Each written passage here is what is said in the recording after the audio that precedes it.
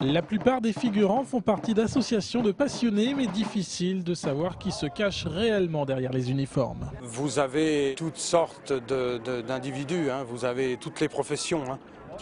Derrière les uniformes, vous avez Monsieur Tout-le-Monde. C'est avant tout la passion, c'est la passion de l'Empire, la passion de l'Empereur qui anime tous les gens que vous voyez autour de vous. Certains se prennent franchement au jeu et le Napoléon briennois n'est pas le dernier pour se croire réellement empereur. Général, vous êtes encore en train de dire du mal de mon cousin? Mais vous savez, la différence des autres, c'est que moi je suis le vrai.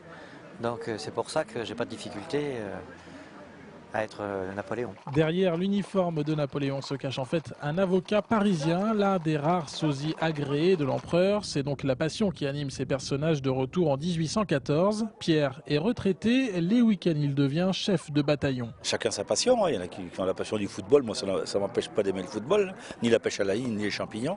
Mais bon, ça c'est une touche particulière qui concerne une toute petite partie de la population française. C'est les passionnés d'histoire en général. Sur le bivouac, il n'y a pas que des gradés, mais chacun vient oublier son quotidien. Brigitte travaille la semaine dans un service d'urgence. Ici, elle troque sa blouse blanche pour une tenue de vivandière, celle qui accompagnait les troupes. Ça change de milieu, ça change de vie. Je veux dire, là, on oublie tout, on n'a pas de montre, on ne sait pas vraiment l'heure qu'il est. On se lève à l'aurore. Bon, ben voilà, on mange parce que bon, il y a des prestations à assurer. Donc on mange à midi quand même, mais bon, ben voilà, la vie est décalée par rapport au reste du temps. La passion de l'empereur coûte de l'argent. Des uniformes peuvent valoir plusieurs milliers d'euros. De l'argent, mais aussi du temps. Stéphane est en formation hôtelière en Belgique. On sort à peu près 25 fois par an. Dans toute l'Europe, partout où Napoléon est passé. J'y pense directement le vendredi, dès que je rentre de l'école, je suis parti pour un bon week-end avec mes amis. Et à 2 pas du champ de bataille, tous les âges sont réunis. C'est aussi ce qui fait la particularité du rendez-vous. L'élève en CM1, Charlotte, apprécie de se retrouver 200 ans plus tôt. C'est les costumes, les décors et tout, les histoires.